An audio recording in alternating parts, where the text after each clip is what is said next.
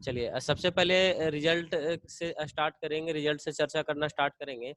देखा जाए तो सबसे पहले अजीत कुमार का 30 नंबर आया है, इसने 15 सवाल सही किए हैं और 35 सवाल गलत किए हैं। अमन कुमार का बहुत बढ़िया है, 90 नंबर है, 45 सवाल सही किए हैं और 5 ही सवाल सिर्फ गलत किए हैं। बिल्कुल नए सवाल होते भर में भी 90 नंबर आया है, ये काफ़ी अच्छी बात है। 16 नंबर अमित कुमार है, आशुतोष शर्मा का 62 नंबर है, ये भी अच्छा है क्योंकि सवाल सारे जो थे वो नए प्रकार के थे, तो 60% भी अच्छी मार्क्स है। और 52 नंबर कौशिक कुमार बहुत बढ़िया है ना। इसे लगता है कि ये वाला क्लास समझ में आ गया था ऑनलाइन वाला, तो इसका भी अच्छा मार्क्स है। इसके बाद मानस कुमार का 0 नंबर है। तुम कौशिक इस पे ध्यान दो, इसका 0 क्यों आ रहा है, तुम एग्जाम इसको कैसे देना है सर इस चीज एग्जाम बताओ। नहीं दिया तो उसको थोड़ा लूज मोशन हो रहा है। अच्छा लूज मोशन हो गया है, चलिए कोई नहीं, ध्यान दीजिए उसका डाइट पे सबसे ज्यादा ध्यान दो। लूज मोशन में सबसे ज्यादा वो होता है डाइट, डाइट पे ध्यान दो, खाने पीने पे ध्यान देने के लिए बोलो, ठंडा चीज खाएगा। अगला है कि एमडी फरहान अख्तर का 32 नंबर आया है और टुन्नू कुमार का 46 नंबर आया है। टुन्नू सिर्फ और सिर्फ पास है। तो ये रहा। अब सेकेंड ईयर की बात करेंगे। सेकेंड ईयर में संतोष कुमार है, आया हुआ है। और कौन आया सेकेंड ईयर का, कोई नहीं है। चलिए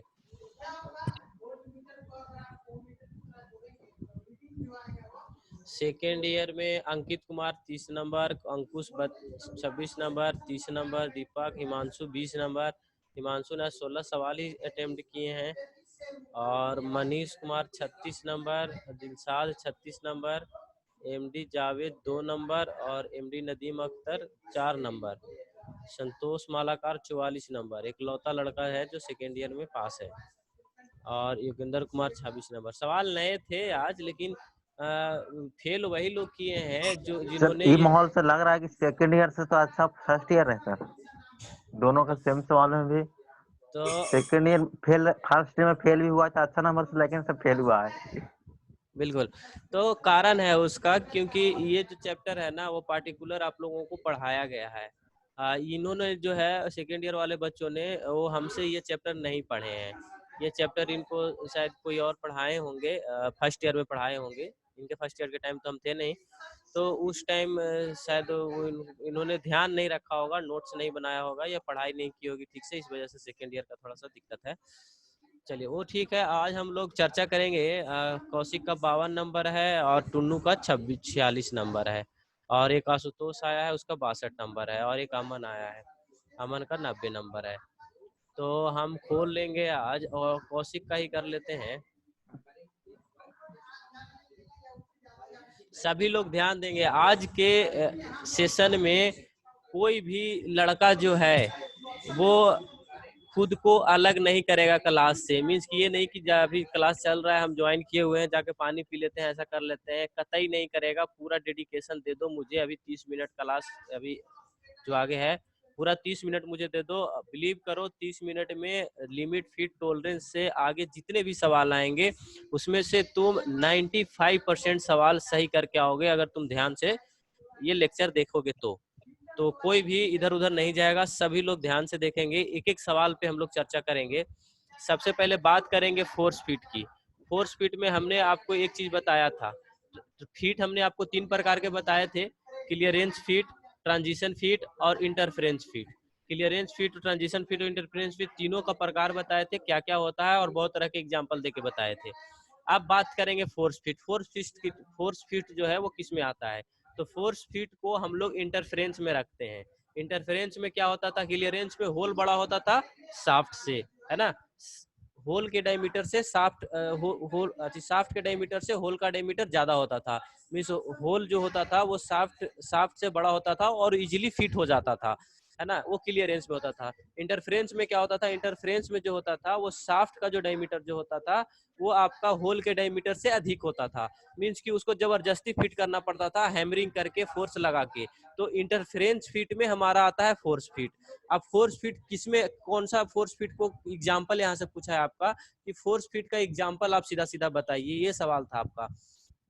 किसमें हमको सबसे ज्यादा फोर्स लगाना पड़ता है, तो इसने जो आंसर जो लगाया है कौशिक, उसने लगाया कि शाफ्ट पर प्लाई व्हील को चढ़ाते हुए। तो नहीं, शाफ्ट पर प्लाई व्हील चढ़ाते हुए ये बिल्कुल अलग ही एग्जांपल है, ये नहीं हो सकता। ऐसे अगर रहता मान लो कि साइकिल के रिम पे टायर को चढ़ाते हुए, है ना, तो वो भी फोर्स फीट में नहीं आएगा, उसमें भी फोर्स लगता है लेकिन वो फोर्स फीट में नहीं आएगा, वो रिंगिंग फीट में हो जाएगा।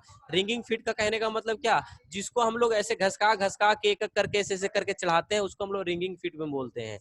समझ, रिंगिंग फीट, रेंगना, सीधा सीधा रिंगिंग का मतलब रेंगना समझो, मतलब जिसको हम लोग ऐसे ऐसे कर चढ़ाते हो रिंगिंग फीट हो जाएगा।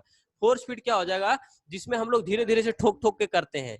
जैसे शाफ्ट में बेरिंग ठोकना, किसी भी शाफ्ट में बेरिंग को ठोकते हुए तुम लोगों ने देखा होगा, या लगाते हुए देखा होगा, असेंबल करते हुए देखा होगा। उसमें क्या करता है कि किसी मैलेट हैमर से, लकड़ी वाले हैमर से, सॉफ्ट हैमर से, किसी भी सॉफ्ट प्रकार के हैमर से धीरे धीरे करके बेरिंग को ठोकते हैं, तो वो हमारा फोर्स फिट होता है। उसी प्रकार बैलगाड़ी के पहिए पर रिम को चढ़ाना, बैलगाड़ी का देखा होगा, लकड़ी का जो पहिया बना होता है उसके ऊपर लोहे का रिम चढ़ा होता है ना। बैलगाड़ी अगर किसी ने देखा होगा गांव में या पहले, तो उसको ध्यान में होगा कि एक बैलगाड़ी होता है और बैलगाड़ी के रिम के, बैलगाड़ी के पहिए के ऊपर एक मेटल वाला रिम चढ़ाया रहता है, जिसको रिम बोलते हैं ना, पहिए का आकार का ही। तो उसको हम लोग फोर्सली उस पे चढ़ाते हैं, जबरदस्ती ठोक के ठिठा के ऐसे करके, तो हमारा फोर्स फिट में आ जाएगा। तो ये होता है फोर्स फिट। फोर्स फिट को किस, अच्छा ये सवाल भी आएगा कि फोर्स फिट किसके अंतर्गत आता है, तो इंटरफेरेंस फिट। फोर्स फिट को बाधा फिट भी कहते हैं हिंदी में। हिंदी में अगर आपसे पूछ दे तो बल फीट या बाधा फीट, फोर्स फीट या इंटरफेरेंस फीट, ये तीनों जो है एक ही कैटेगरी के सारे फीट है, तो इसमें किसी को दिक्कत नहीं होनी चाहिए। आगे बात करेंगे इसी में, ये चीज समझ में आ गया। म्यूट करके रखें अपने आप को, सभी लोग जिनके तरफ से भी आवाज आ रहा है म्यूट करके रखेंगे। आगे बात करेंगे कि किसी होल में जो है ना, होल की अपेक्षा शाफ्ट छोटी होती है, तो उसको क्या बोलेंगे। इस सवाल आपका, ये सवाल समझने की कोशिश करेंगे कि अगर आपका होल का जो डायमीटर है उसकी अपेक्षा शाफ्ट की डायमीटर कम है ना, तो उसको क्या बोलेंगे। तो ऐसी स्थिति में हमारा मैक्सिमम अलाउंस होता है। अलाउंस आपको हमने बता रखा क्या होता है। अलाउंस जो होता है, गैप को बोलते हैं, दो मेटिंग पार्ट्स के बीच के गैप को हम लोग बोलते हैं अलाउंस।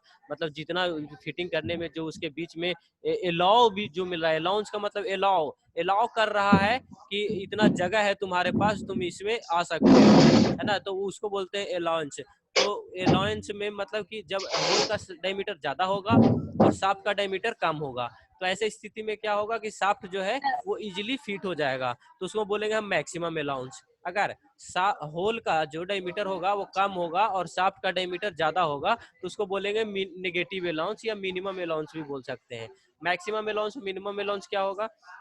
मैक्सिमम अलाउंस में हो जाएगा कि होल का मैक्सिमम डायमीटर और शाफ्ट माइनस शाफ्ट का न्यूनतम डायमीटर, है ना, मतलब कि होल का सबसे ज्यादा डायमीटर और शाफ्ट का सबसे कम डायमीटर, इन दोनों के बीच के जो डिफरेंट होगा और जो हमारे पास वैल्यू आएगा वो हमारा मैक्सिमम अलाउंस होगा। मिनिमम अलाउंस क्या हो जाएगा, आपका होल का मिनिमम डायमीटर और शाफ्ट का मैक्सिमम डायमीटर। हिंदी में बोले तो होल का सबसे कम वाला डाया या व्यास और शाफ्ट का सबसे अधिक व्यास, माने सबसे ऊपरी व्यास, इन दोनों के बीच में जो माइनस करने के बाद या डिफरेंस करने के बाद जो हमारे पास वैल्यू जो आएगा वो मिनिमम अलाउंस होगा, है ना। तो मैक्सिमम अलाउंस और मिनिमम अलाउंस में फर्क समझ में आ गया आपको। चलिए आगे देखेंगे इसमें। अगला सवाल है 3 नंबर, ध्यान से देखेंगे। हाँ, और जब भी मैं कुछ बोलता हूँ समझ में आया कि नहीं तो एक बार हूँ जरूर बोल दिया करो या ना बोला करो, ताकि हम उसको समझ सकें कि हम तुम्हारी तक बात जा रही है कि नहीं जा रही है।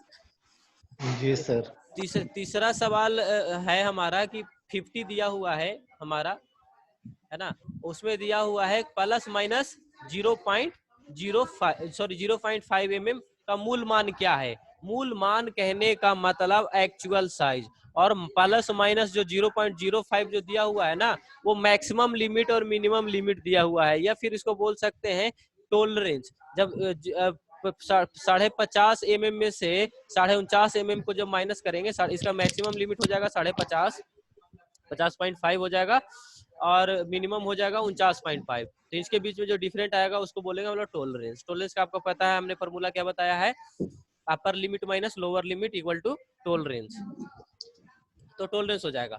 चलिए अब इसमें हम बात करेंगे कि इसका मूल मान क्या है। मूल मान कहने का मतलब एक्चुअल मान, है ना, तो एक्चुअल मान तो वही होगा ना, या फिर जो इसका मेन डायमीटर होगा, जितना हमको इसका बेसिक डायमीटर होगा जो तो इसका बेसिक डायमीटर कितना होगा, 50 mm होगा। तो इसका सही आंसर क्या हो जाएगा, 50 mm। मूल मान कहने का मतलब वही हो गया, इसमें कोई जोड़ घटाव नहीं, जितना ड्राइंग में एक्चुअल साइज दिया हुआ है उतना दिया हुआ है, वही आपका मूल मान होता है। इसमें कोई प्लस माइनस के 0.05 जो लिखा हुआ है 0.5 प्लस माइनस में, इसका कोई मतलब नहीं है इसमें। चलिए आगे देखेंगे, लिखा हुआ है कि बियरिंग के एक ढीलापन अथवा कसाव जिस पर निर्भर करता है। तो किस पर निर्भर करता है, बियरिंग का ढीलापन अथवा कसाव, यानी कि ढीले रूप से बियरिंग को फिटिंग कर रहे हैं या जबरदस्ती फोर्स फिट कर रहे हैं, ये किस पे डिपेंड करता है, तो क्लियरेंस पे डिपेंड करता है कि शाफ्ट और बियरिंग के होल के बीच में कितना क्लियरेंस है, वही डिसाइड करेगा कि हमारा बेयरिंग जो है वो ढीला ढीला फिट हो जाएगा या फिर बहुत ज्यादा टाइट फिट होगा। क्लियरेंस है ना, गैप है ना, डिसाइड करेगा कि शाफ्ट और होल के बीच में कितना गैप है, वही डिसाइड करेगा। तो वो होता है। अच्छा, क्लियरेंस को हिंदी में एकांतर बोलते हैं, ये भी आपको ध्यान में रखना होगा, क्योंकि कहीं कहीं अगर आपको इंग्लिश में लिखा मिल गया, कहीं एकांतर लिखा मिल गया, तो आपको ध्यान में होना चाहिए। इसी वजह से हिंदी इंग्लिश दोनों चीजें हमने दिया है। चलिए अब देखिए ईएस का पूरा नाम क्या है, ये सवाल अमन ने गलत कर रखा है, इसको ध्यान देना है। ईएस का जो पूरा नाम होता है वो इकार्ट सुपीरियर होता है। क्या होता है, इकार्ट सुपीरियर। तो इसको ध्यान में रखना है। ईएस का एक्चुअली फुल फॉर्म ये है, इकार्ट सुपीरियर। इसका मतलब सर, इकार्ट सुपीरियर देखिए, ईएस होता है और एक ईआई होता है।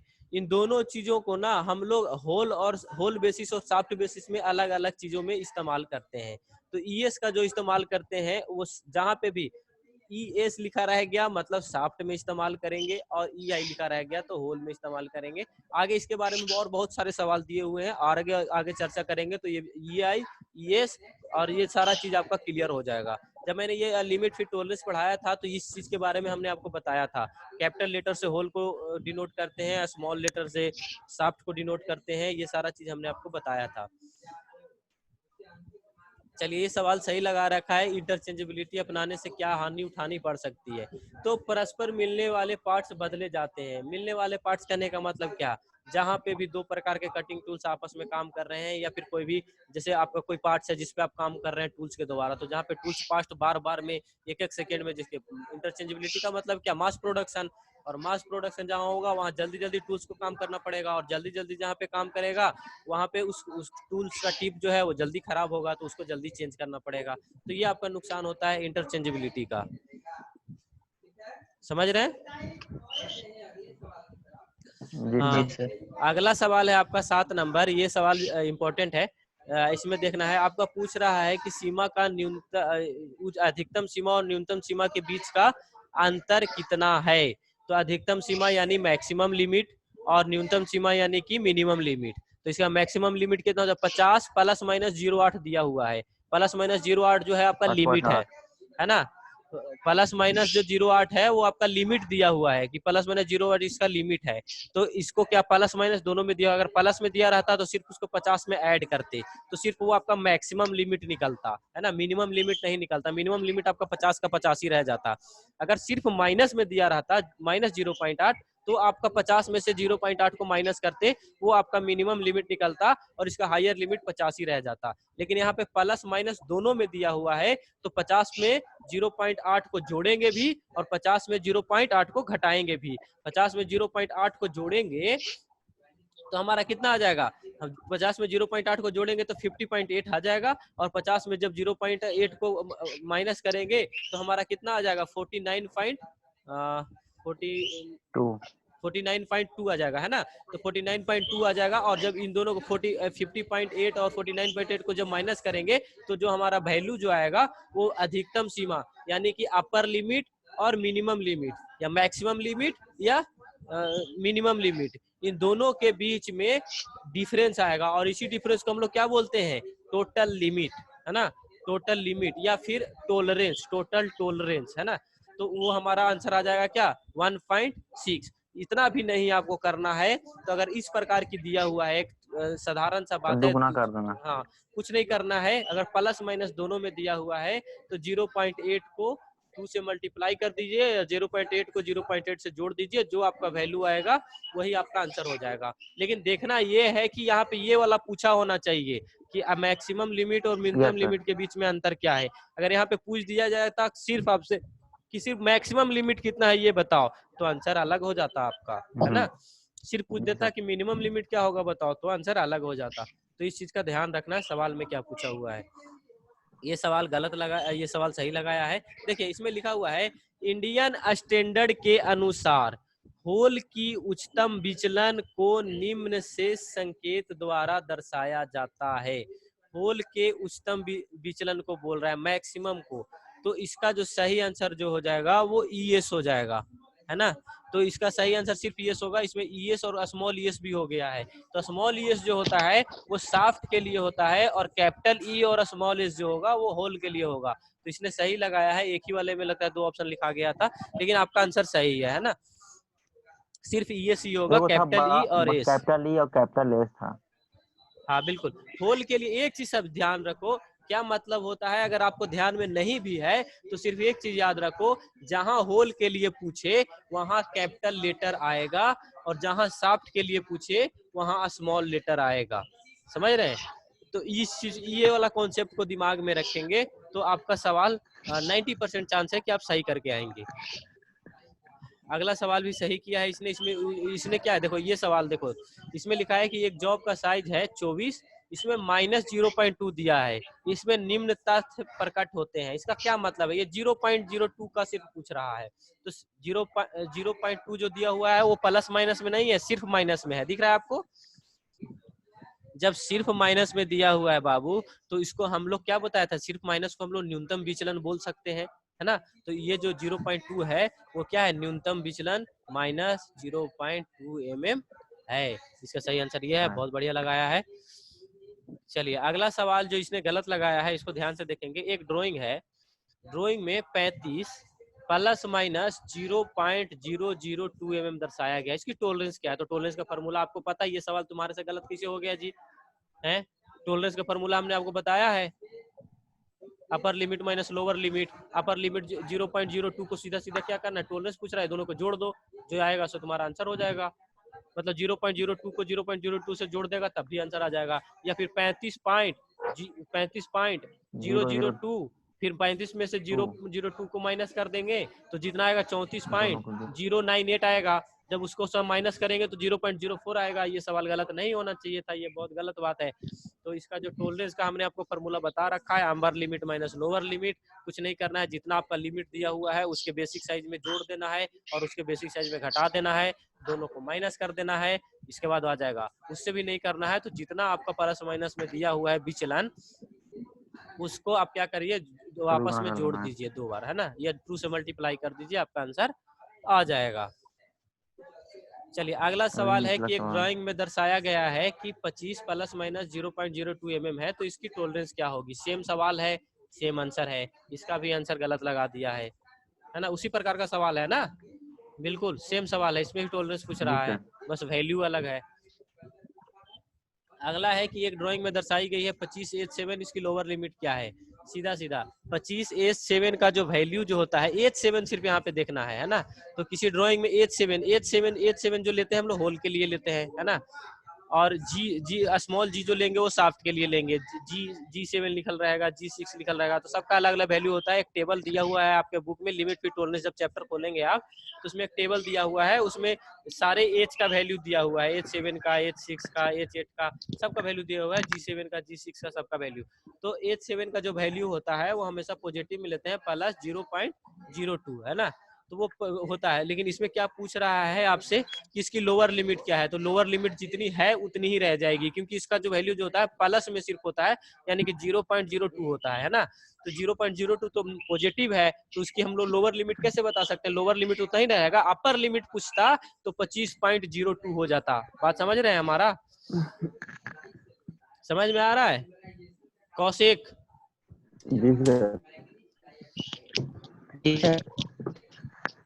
चलिए तो इसका सिर्फ 25 ही हो जाएगा। आगे बात करेंगे कि एक ड्राइंग में दर्शाई गई डायमेंशन है 25 + 0.03 इसको टॉलरेंस क्या है, बिल्कुल उसी प्रकार का सवाल है। सारे सवाल सिर्फ एक फॉर्मूला तुम्हारे दिमाग में नहीं आया, इस वजह से अभी तक तुमने 3 सवाल गलत कर रखे हैं, सिर्फ टॉलरेंस निकालने वाला। तो ये चीज तुमको ध्यान रखना है, ये चीज भूलना नहीं चाहिए। तो इसको क्या करना है, 0.03 दिया हुआ है, कुछ नहीं करना है, upper limit minus lower limit, आ जाएगा आपका आंसर 0.06। चलिए अगला है कंपनी के कार्यखंड बनाना चाहिए। ये सवाल गलत हुआ है हमें। देखिए कोई भी जॉब बनाते हैं, कंपनी का बनाए या वर्कशॉप में बनाए या जहां भी बनाए, वर्कशॉप में जो हम आपको टॉलरेंस देते हैं, है ना, वो आपको देते हैं 0.02 mm, ये आपका टॉलरेंस होता है, या लिमिट जो भी कह लीजिए आप, है ना। लिमिट इसको करेंगे तो 0.04 हो जाएगा, अति टॉलरेंस 0.04 हो जाएगा, लिमिट आपका होता है 0.02, प्लस माइनस में दोनों में। तो इसका मैक्सिमम विचलन कितना हो जाएगा, इसका मैक्सिमम विचलन जो होगा, अगर मान लीजिए कि 20 mm आपका मेजर डाया है या डाया है किसी शाफ्ट का या किसी होल का, किसी राउंड सरफेस का, तो 20 जो आपका होगा वो आपका मेन होगा, मेन डाया होगा, यानी कि बेसिक साइज जिसको बोल सकते हैं या ड्राइंग साइज बोल सकते हैं। इसमें आपको प्लस में 0.02 कर सकते हैं आप, है ना, और माइनस में भी 0.02 कर सकते हैं, यानी कि मैक्सिमम लिमिट और मिनिमम लिमिट के बीच में आप अगर जॉब बनाते हैं, यानी 20.02 तक बना देते हैं या फिर 19.98 तक बना देते हैं, या दोनों के बीच में आ गया, तो आपका जॉब पास हो जाएगा, आपको फुल मार्क्स मिल जाएगा, कोई दिक्कत नहीं है। समझ रहे हैं, ये आपका लिमिट है।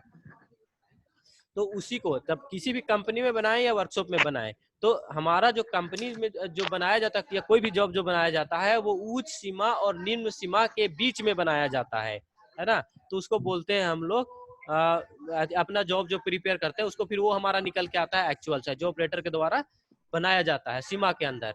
तो कंपनी में कोई कार्यखंड बनाना हो तो हम लोग अपर लिमिट और लोअर लिमिट को ध्यान में रखते हुए बनाते हैं, उच्च सीमा नहीं। सिर्फ उच्च सीमा में बना दोगे तो नहीं होगा, क्योंकि उच्च सीमा में सिर्फ नहीं बना सकते आप, उच्च सीमा में बनाएंगे तो हो सकता है कि उच्च सीमा से ऊपर निकल जाए, या निम्न सीमा बनाएंगे तो निम्न सीमा से नीचे निकल जाए। तो दोनों को अगर बीच में रखेंगे तो आपको स्पेस ज्यादा मिलेगा, मीन्स आपको थोड़ा सा ज्यादा डायमेंशन मिलेगा उसके अंदर में आपको काम करने के लिए, तो आप कर पाएंगे। ये सवाल सही है आपका, ये भी सवाल सही है आपका। और अगला सवाल है कि किसी बियरिंग में घूमता हुआ शाफ्ट का उदाहरण है। अगर कोई बियरिंग में घूमता हुआ शाफ्ट किसका उदाहरण है, कौन से फीट का उदाहरण है सी आपका, तो घूमता हुआ है यानी कि ड्राइविंग फीट है। अच्छा ड्राइविंग फीट में और क्या क्या हो जाएगा बाबू, बेयरिंग हो जाएगा आपका, घूमता हुआ बेयरिंग हो जाएगा ड्राइविंग फीट में, और क्या हो जाएगा आपका, हाँ जो भी हम लोग ड्राइव करते करते हैं। ड्राइविंग फीट में एक और हो जाएगा आपका किसी शाफ्ट पर पुली को चढ़ाना, है ना, क्या करते हैं उसको घुमा घुमा के चढ़ाते हैं पुली को, ड्राइविंग फीट हो जाएगा। किसी नट पर, किसी बोल्ट पर नट को चढ़ाना, वो भी आपका ड्राइविंग फीट हो जाएगा। इस तरह के जितने भी फीट होते हैं, या स्क्रू को कहीं पे कस के फीट करना, वो भी आपका ड्राइविंग फीट हो जाएगा। तो इस तरह के जो फीट होंगे उसको हम लोग ड्राइविंग फीट के कैटेगरी में रखेंगे, रनिंग फीट नहीं, रनिंग फीट अलग होता है। चलिए अगला बात करेंगे, अगला जो सवाल गलत है वो है कि किसी होल के साइज की लो लिमिट और किसी शाफ्ट की साइज की हाई लिमिट के अंतर को क्या कहते हैं। तो देखिए होल के साइज का लोअर लिमिट कह रहा है, मतलब होल का जो मिनिमम डायमीटर और शाफ्ट का मैक्सिमम डायमीटर, माने शाफ्ट का साइज बड़ा और होल के साइज छोटा, तो मिनिमम अलाउंस हो जाएगा। और पूछेगा कि होल का साइज बड़ा और शाफ्ट का साइज छोटा, तो मैक्सिमम अलाउंस हो जाएगा, ज्यादा जगह मिल रहा है मैक्सिमम अलाउंस, कम जगह मिल रहा है मिनिमम अलाउंस। समझ रहे हैं बात को।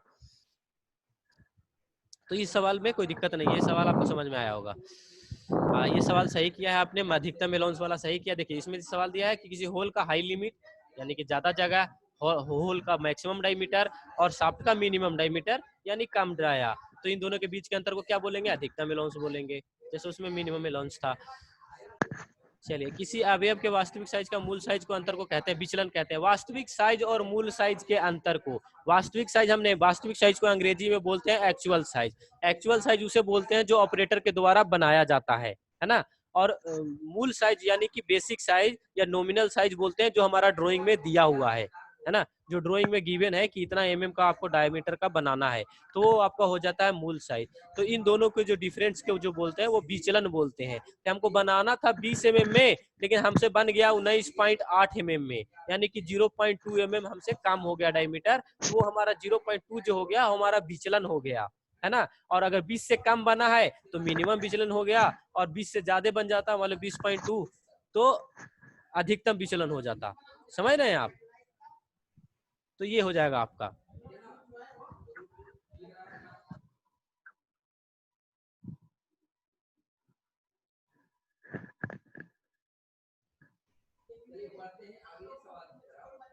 चलिए अगला है आपका कि किसी कंपोनेंट की मापी गई डायमेंशंस के साइज को कहते हैं, तो हमारा वास्तविक साइज होता है। किसी भी डायमेंशन जो हम लोग मेजर जो करते हैं, जो एक्चुअल साइज होता है, मतलब हम जैसे कोई हमने पार्ट बनाया, आपने कोई पार्ट बनाया, उसको जो आप वर्नियर कैलिपर से जो मेजर करेंगे वही आपका एक्चुअल साइज होगा। मीन्स कि जो आप देख पा रहे हैं एक्चुअल में माप पा रहे हैं, जो आपने एक्चुअल में बनाया है वही आपका एक्चुअल साइज हो जाएगा, है ना। तो वो होता है एक्चुअल साइज। एक्चुअल साइज हमेशा ऑपरेटर के द्वारा बनाए गए पार्ट्स को, बनाए गए साइज को हम लोग एक्चुअल साइज बोलते हैं, या वास्तविक साइज हिंदी में बोलते हैं। चलिए अलाउंस किसको बोलते हैं बताने की जरूरत नहीं है, अभी बताया हमने। देखिए लिखा है, फिर भी पढ़ देते हैं एक बार, सवाल गलत किया है। लिखा है कि किसी निर्धारित फीट के अनुसार बने दो पार्ट्स को मिलाकर बनाया जाता है, तो उसमें अंतर को क्या रखा जाता है या उसे क्या कहते हैं। सवाल समझ में आ रहा है आपको कि अगर किसी निर्धारित फीट के अनुसार बने दो पार्ट्स को मिलाकर बनाया जाता है तो उसके अंतर को क्या कहते थे, अलाउंस कहेंगे हमको। चलिए अगला ये सवाल सही है आपका। अगला सवाल है आपका कि किसी वस्तु के लिए बीमाएं, बीमा यानी डायमेंशन दिया हुआ है 50 प्लस माइनस 0.05 क्या दर्शाता है। तो प्लस माइनस देखिए हमने दो तरह के आपको टोलरेंस बताए हैं, टोलरेंस दो तरह के हमने आपको बताए हैं। एक हमने बताया है यूनिलेटरल टोलरेंस, एक बताया बाईलेटरल टोलरेंस। यूनिलेटरल टोलरेंस में जब सिर्फ एक तरफ टोलरेंस देंगे, यानी कि चाहे तो आप प्लस में दीजिए या माइनस में दीजिए, यानी कि ज्यादा दीजिए या कम दीजिए। ज्यादा दीजिएगा तो भी आपका एक तरफ अगर ज्यादा सिर्फ दे रहे हैं, जैसे सिर्फ प्लस में दे रहे हैं 50.8 का बना दिया, सिर्फ प्लस में बना आपका 0.8 जो है आपका ज्यादा बन गया, तो 0.8 क्या हो गया आपका यूनिलेटरल टोलरेंस हो गया। यूनिलेटरल टोलरेंस दे रहे हैं, सिर्फ एक तरफ दे रहे हैं। और अगर प्लस माइनस दोनों में दे रहे हैं, जैसे यहाँ पे दिया हुआ है प्लस माइनस 0.05, तो इसका बाईलेटरल टोलरेंस हो गया, यानी कि दोनों तरफ दे रहे हैं। आप इतना प्लस में भी बना सकते हैं, इतना माइनस में भी बना सकते हैं, आपकी मर्जी पे है। आप बनाइए, आपका एक्चुअल साइज कितना होता है आप माप के फिर बता सकते हैं कि आपका प्लस में बना है कि माइनस में बना है। उसको हम लोग बाईलेटरल टोलरेंस बोलते हैं। दो प्रकार के टोलरेंस बताया हमने, यूनिलेटरल बाईलेटरल। यूनिलेटरल में सिर्फ एक तरफ जो लिमिट देंगे या एक तरफ टोलरेंस देंगे उसको यूनिलेटरल बोलेंगे। बाईलेटरल में जिसमें दोनों तरफ देंगे उसको बाईलेटरल बोलेंगे। कोई कंफ्यूजन नहीं, कोई दिक्कत नहीं। चलिए अगला सवाल है कि किसी वस्तु की बीमारी देंगे, ये तो हो गया।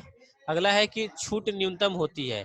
छूट न्यूनतम कहने का मतलब क्या, अलाउंस, अलाउंस जिसको हम लोग बोलते हैं, मीन्स कि सबसे कम अलाउंस कब दिया जाएगा या सबसे कम छूट कब दिया जाएगा, तो बाधा फीट में। बाधा फीट यानी कि फोर्स फीट में, फोर्स फीट यानी कि इंटरफेरेंस फीट में, है ना। तो इंटर बाधा छूट सबसे कम कब कहने का मतलब कि दोनों के बीच में गैप, गैप होल और शाफ्ट के बीच में गैप कम कब दिया जाता है, तो बाधा फीट में दिया। बाधा फीट यानी कि फोर्स फीट में। फोर्स फीट तभी ना करेंगे जब हमको अब ऑटोमेटिक या अपने आप से शाफ्ट जो है होल के अंदर नहीं घुसेगा, तभी ना फोर्स फीट ताकत लगावेंगे, या फिर किसी चीज से ठोक के घुसावेंगे, है ना।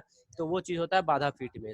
छूट जो है वो न्यूनतम दी जाती है। ट्रांजिशन फीट नहीं, ट्रांजिशन फीट आपको हमने बताया है कि न मेल में होता है न फीमेल में होता है। ट्रांसजेंडर समझते हैं ना, वही होता है। तो ट्रांजिशन फीट में ऐसा नहीं होता। ट्रांजिशन फीट में कभी होल का होल ज्यादा हो जाएगा, कभी शाफ्ट ज्यादा हो जाएगा, है ना। तो ये चीज। चलिए अगला है आपका कि जैसे देखिए आपका हमने बताया ट्रांजिशन फीट में बाधा फीट आता है, फोर्स फीट आता है ना। उसी प्रकार रनिंग फीट हो गया, है ना, रिंगिंग फीट हो गया। ये सब जो फीट जो है आपका वो क्लियरेंस में आता है। क्लियरेंस में क्या, रनिंग करके घुसा दिए, है ना, सीधा ले गए ऐसे घुमाते घुमाते घुसा दिए, या फिर रिंगिंग करके घुसा दिए, ऐसे घुमा घुमा घुसा दिए, यानी इजीली कर दिए, तो वो हमारा हो जाता है क्लियरेंस फीट में। इंटरफेरेंस फीट में कभी हार्ड हो जाएगा, कभी लो हो जाएगा, कभी हार्ड हो जाएगा, इस तरह के होता है, उसको बोलता है ट्रांजिशन फीट। अगला है छिद्र का निम्न विचलन को प्रदर्शित करता है। छिद्र यानी कि होल का, तो ई आई हो जाएगा आपका, है ना, कैपिटल वाला ई आई। इसमें स्मॉल और ये मिस टाइपिंग हो गया है थोड़ा, दोनों चीजें लिखा गया है। स्मॉल ई आई जो है आपका वो आपका शाफ्ट के लिए होगा, और कैपिटल ई आई जो है आपका वो होल के लिए होगा, तो इसका सही आंसर ई आई होगा। अगला है कि जब बेसिक साइज पर स्वीकृत अधिकतम एवं न्यूनतम सीमा के पार्ट्स में साइज बनाए जाते हैं तो क्या कहलाता है। अधिकतम सीमा और न्यूनतम सीमा हमने डिफरेंस को लिमिट बोलते हैं, या इन दोनों के डिफरेंस को टॉलरेंस बोलते हैं। तो ये चीजें हैं। यहाँ पे आपका क्या था, एक बेसिक साइज पर, बेसिक साइज यानी कि जो आपका ड्राइंग में दिया हुआ है उसके साइज पर स्वीकृत अधिकतम और न्यूनतम सीमा में पार्ट्स को बनाए जाने को कहते हैं। अगर अंतर को पूछता तो आपका टॉलरेंस सही आंसर हो जाता। पूछता अधिकतम सीमा और न्यूनतम सीमा के बीच के अंतर को क्या कहते हैं, तो टॉलरेंस कहते हैं। लेकिन यहाँ से पूछा है कि साइज बनाए जाने को क्या कहते हैं या बनाए जाते हैं उसको क्या कहते हैं। अधिकतम सीमा और न्यूनतम सीमा के बीच में जो पार्ट्स बनाया जाता है उसको क्या कहते हैं, तो उसको बोलते हैं लिमिट, है ना। उसकी एक अपनी लिमिट हो गई और उसके अंदर वो पार्ट्स बनाया गया है, तो उसका लिमिट आंसर हो जाएगा। ये सवाल समझने की जरूरत है। बाकी ये सारे सवाल सही हैं। समय होने वाला है लेकिन हम सोच रहे हैं अभी 20 सवाल आपके और हैं लगभग, है ना। 20 से 22 सवाल आपके और करने हैं। इस वजह से आप फिर से एक मीटिंग ज्वाइन करेंगे, है कि नहीं। सारे लोग, फर्स्ट ईयर वाले भी और सेकेंड ईयर वाले भी, सभी लोग फिर से ज्वाइन करेंगे मीटिंग। हर हाल में जितने लोग भी हम दिख रहे हैं स्क्रीन पे, सभी लोग फिर से करेंगे। काय कि 12 बजे से भी ये क्लास है। 12 बजे से ईएस का क्लास है जी सर। तो कोई दिक्कत नहीं है ना, 20 मिनट में हम कर लेंगे ना, 12 बजे से पहले खत्म कर लेंगे। क्या टेंशन ले रहे हैं आप। ठीक सर। 12 बजे से पहले। ये चैप्टर इंपॉर्टेंट है तुम्हारा, तुम समझ नहीं रहे हो इसकी इंपॉर्टेंस। ये चैप्टर जो है वो जब तुम आगे हायर स्टडी में जाओगे, यानी डिप्लोमा करने जाओगे या डिग्री बीटेक करने जाओगे, तो वहां पे ये सवाल तुम्हारे लिए बहुत ज्यादा इंपॉर्टेंट हो जाएंगे और यही चैप्टर पढ़ना है। और यकीन मानो कि ये चैप्टर तुम्हारे लिए बहुत ज्यादा लाभदायक होगा हर जगह पे। और हर जगह पे मतलब कोई जरूरी नहीं है कि हर तरह से तुमको समझाया जाए। जो बड़े बड़े जो इंस्टीट्यूशन होते हैं ना, वहाँ पे क्या किया जाता है, डिफिनेशन बताया जाता है। अब तुमको 10 तरह का एग्जाम्पल देके नहीं समझाया जाएगा, तुम समझ गए तो समझ गए। हमारे साथ ऐसा हुआ है, हमने जो इंस्टीट्यूशन में पढ़ा है वहाँ पे ऐसा ही था।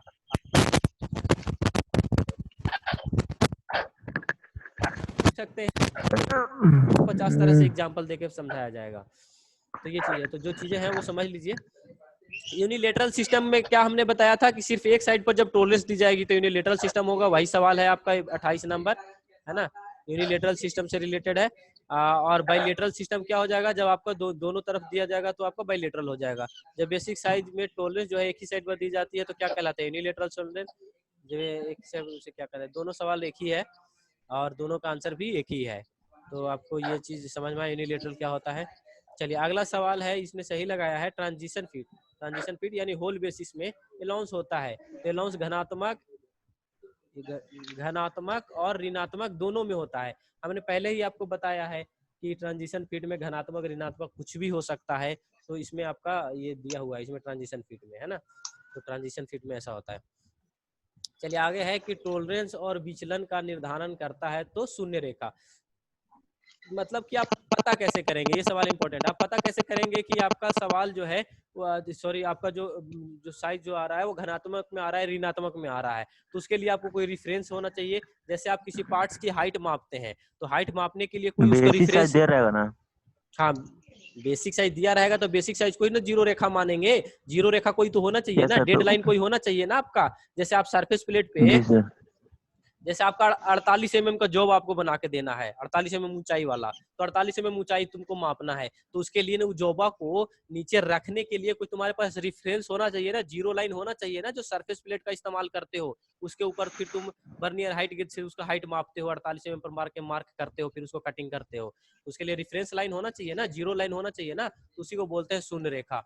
टॉलरेंस या विचलन निकालने के लिए, निर्धारित करने के लिए, पता करने के लिए हमें शून्य रेखा पता होना चाहिए, जिसको हम लोग बेसिक डायमेंशन भी बोल सकते हैं। और बेसिक डायमेंशन पता करने का तरीका पता होना चाहिए।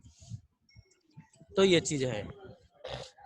अगला है आपका, अगला सवाल है आपका कि दो विचलन में से किसी एक का जीरो लाइन संबंधित है। ये मीटिंग खत्म होने वाला है, 1 मिनट 30 सेकेंड बचे हैं, तो आप लोग फिर से ज्वाइन कर लीजिए।